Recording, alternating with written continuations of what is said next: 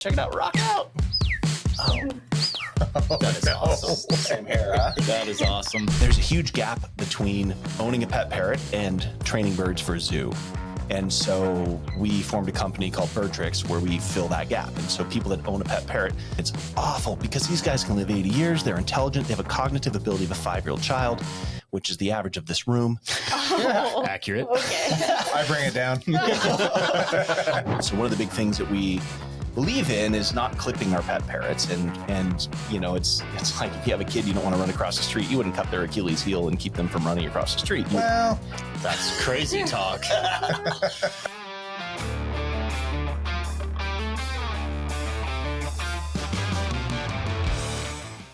So what came first here? The I'm going to jump out of airplanes with a wingsuit on, or the parrots, or the magic? Started with magic. Okay. I was 4 years old. My brother was 7, and I grew up in Spokane. He got a magic gift for Christmas. I stole it. That's it. What was high school like for you? Well, I didn't have any friends. You knew where I was going. What do you think? You knew where I was going. I sat alone eating lunch in the drama room. I didn't even get along with the drama kids. But look That's at how you weird now. I was. Look at you now. I know, but you had the only reason you know about me is I emailed you. So that it's is- really this isn't helping my case. Could have left that out. Well, okay, we can edit that out, right? Oh yeah. There's a huge gap between owning a pet parrot and training birds for a zoo.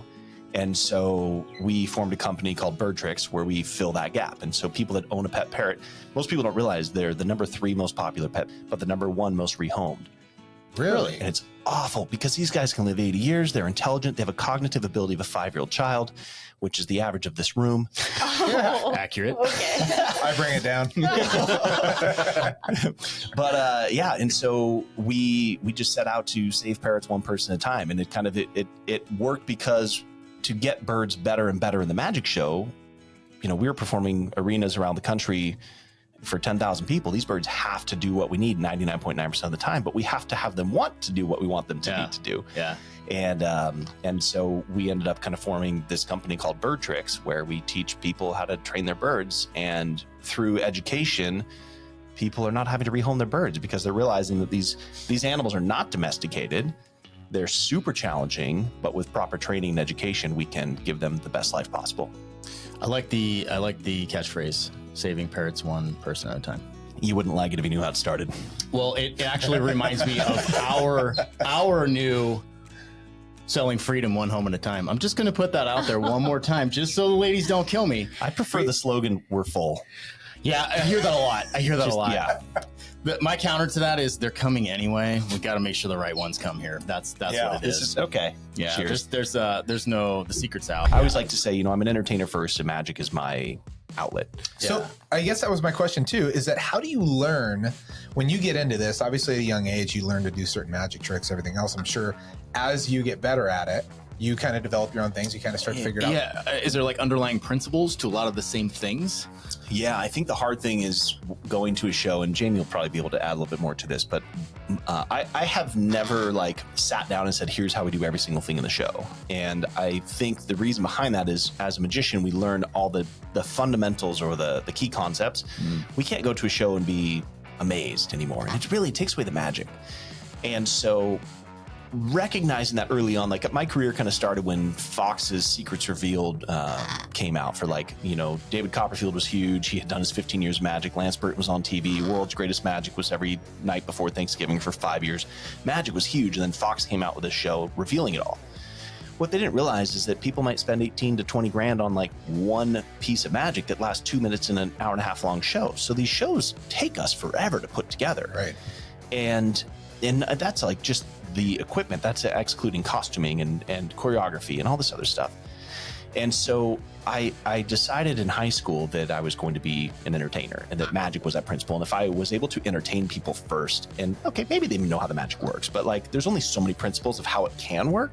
So if I can entertain first, it doesn't matter if they know how the thing works. I mean, obviously our goal is that they never know.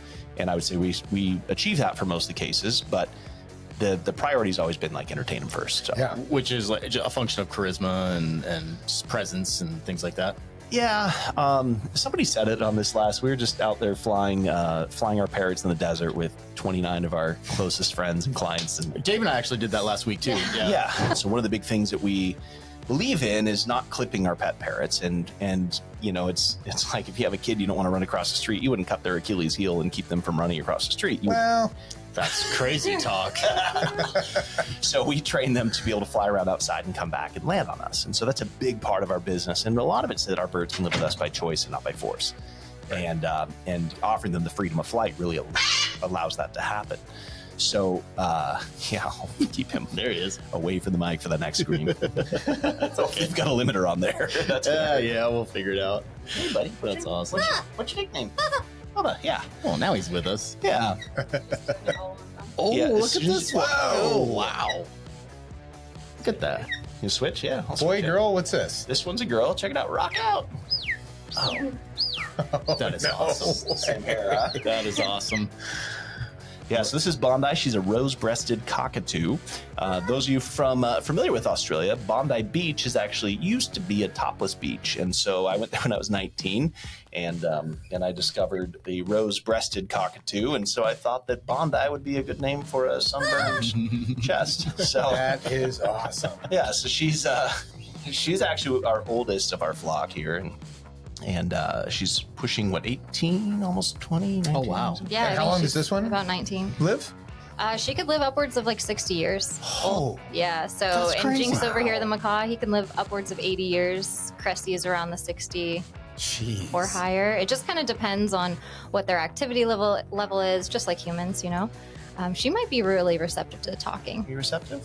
Yeah. Do you want to say hey cutie? You say hey cutie? There you go. So, is this something that tied you into wanting to be a wingsuit guy? So, I remember being at like a football game or something, and I saw people skydive in, and I remember thinking, man, I'd love to fly the parachute, but I'd never want to skydive. And it was my buddy's bachelor party in I think 2017 or 2016. And we kept going to Moab to fly our birds outside, Moab, Utah. And we'd always see the billboard of like, oh, skydive, experience of a lifetime. We're like, oh yeah, we should totally go. But like, it was super convenient that we never could actually do it because we were too scared. I'd be busy. And so it was his bachelor party. And I was like, hey man, is there anything you don't want to do? And he just was like, I just don't want to go out drinking. I'm like, cool. And I hang up, and he knew immediately that I was booking us to go skydiving. So I was hooked. We went up, and it was in little Cessna 182, and there's only 2 people and 2 tandems. So there's only 4 of us in the plane plus a pilot.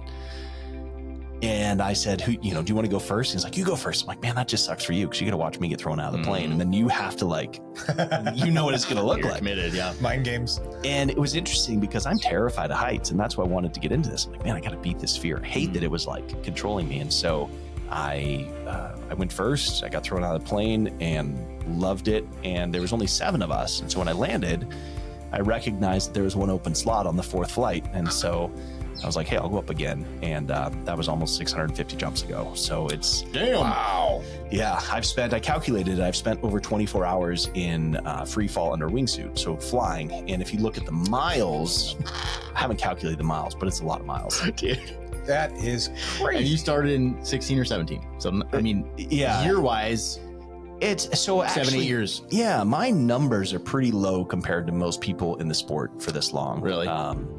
Mostly being we don't live near a drop zone. The closest one's over in Ritzville, so we're a 2-hour drive away.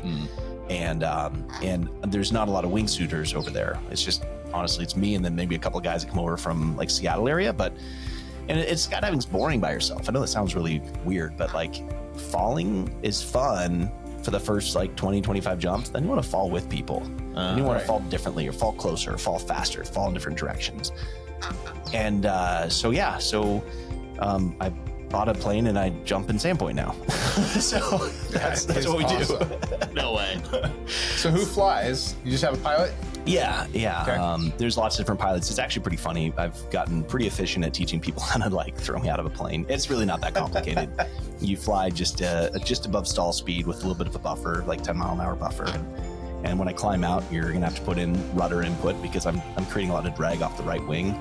And then once I leave, you have to slip the plane to be able to close the door. And that's always fun because most people fail at that the first time because they just watch somebody fall out of the plane and they've never experienced that. And but you can land the plane with the door open. But yeah, it's super fun, and especially being up in Sandpoint. It's such a beautiful place. Oh, to that's be. got to be gorgeous, man. It's gorgeous.